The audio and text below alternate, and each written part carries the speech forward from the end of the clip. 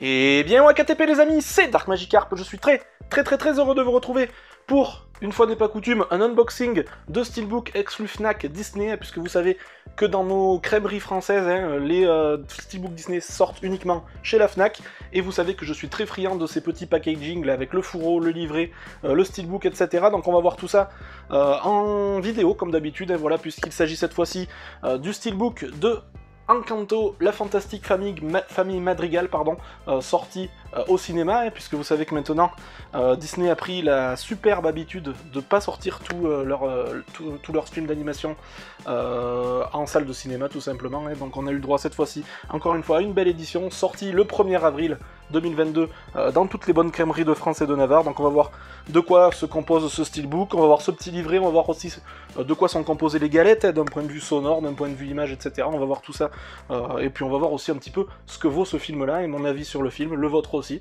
Donc tout ça, ça se passera comme d'habitude juste après le générique, top au générique et top à la vachette.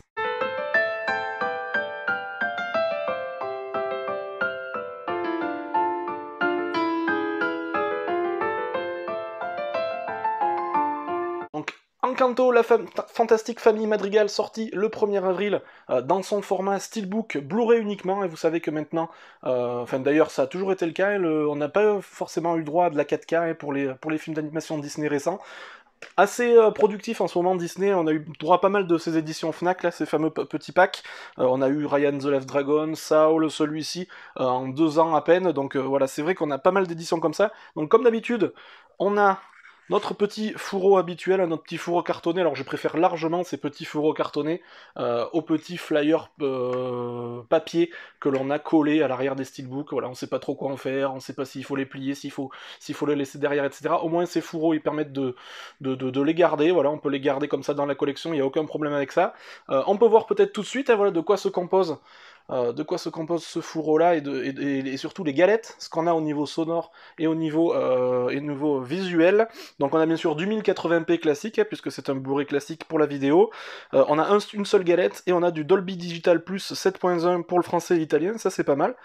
Et du DTS HD Master Audio 7.1 pour l'anglais. Donc c'est très correct, et voilà, c'est largement suffisant, ça fait le taf, on va dire, voilà, donc c'est assez sympa.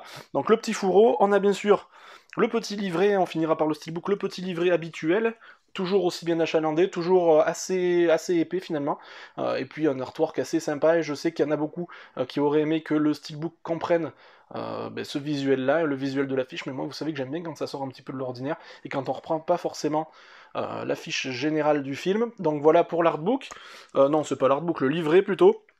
À l'intérieur, on a quand même une bonne soixantaine de pages, et quasiment 70 pages au total, avec pas mal de texte. Moi, vous savez que c'est ça que je regarde à chaque fois. Est-ce qu'il y a beaucoup de texte? Et apparemment, on a autant de texte que d'images, donc c'est assez sympa. Donc voilà, présentation des personnages, etc.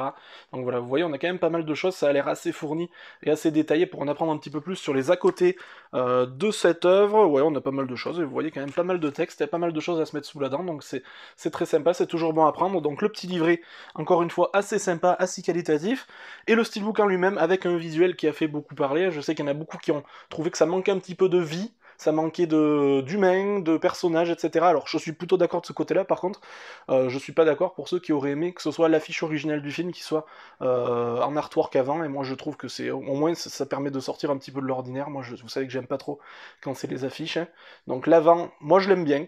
Moi je l'aime vraiment bien, ça retranscrit bien l'ambiance générale du film, la palette de couleurs est vraiment belle. Aspect glossy général, donc attention aux rayures et attention aux petits accros qui se verront directement, et moi je vois déjà que j'ai une ligne vraiment verticale sur l'ensemble du steelbook, malheureusement. Il est arrivé comme ça, et sur les steelbooks glossy ça pardonne pas. J'ai une grande ligne horizontale qui traverse l'ensemble du steelbook, vertical, pardon. L'arrière du steelbook, très réussi aussi, voilà, qui sort un petit peu de l'ordinaire. On a un petit peu de vie ici, on a le perroquet, on a le capybara, le toucan, voilà, les petits animaux de la forêt tropicale sud-américaine. Donc assez sympa à l'arrière aussi. La tranche, tout ce qu'il y a de plus classique, voilà, pas trop de texte, Disney, Encanto, c'est largement suffisant, il n'y a pas besoin de plus. C'est parfait. Moi j'aime bien quand il y a le titre quand même sur la tranche, et pour tout collectionneur qui se respecte, c'est plutôt important. Quand on l'ouvre, on n'a pas de continuité, voilà, je ne l'ai pas encore ouvert, mais bon, je suppose qu'on n'a pas de continuité. Voilà, non, il n'y a pas de continuité particulière à observer et à noter au niveau du steelbook. Donc voilà, pas de nécessité et d'intérêt à l'exposer de cette façon-là dans la collection. Au niveau de la galette, un bel artwork, voilà, ça fait toujours plaisir. Moi j'aime bien quand les galettes sont sérigraphiées comme ça. C'est assez important, je trouve, contrairement à l'intérieur du steelbook dont je me fiche un petit peu, mais qui a le mérite d'avoir un artwork très sympa avec une continuité avec l'ensemble de la fantastique famille Madrigal, donc, puisque c'est un petit peu sur ça que tourne le film, donc très sympa.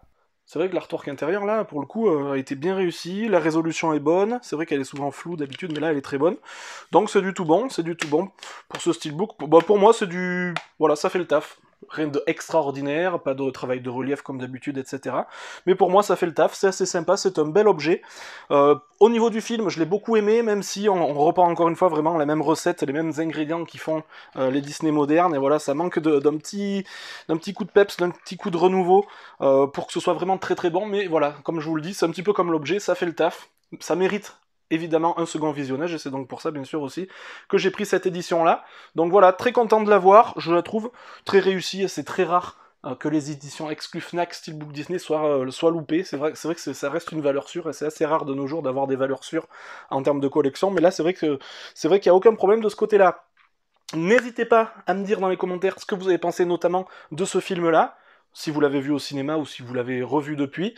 N'hésitez pas aussi à me dire si vous avez craqué pour cette édition-là, si vous la trouvez belle, si vous trouvez qu'il est plutôt loupé aussi, le steelbook. Je sais qu'il y en a pas mal qui l'ont trouvé loupé, donc dites-moi aussi ça dans les commentaires. Le petit pouce bleu ou le petit pouce rouge comme d'habitude, vous faites absolument ce que vous voulez, vous êtes les seuls décideurs de la chaîne, et ça ne changera pas. On se retrouve très bientôt pour un prochain bilan achat Vinted, un bilan achat classique, du fais voir ta collègue, voilà, il va y avoir pas mal de choses au mois d'avril et au mois de mai, donc voilà, restez connectés comme on dit tout le temps. D'ici la prochaine vidéo, plus que jamais, sortez couverts, portez-vous bien, et puis salut, salut!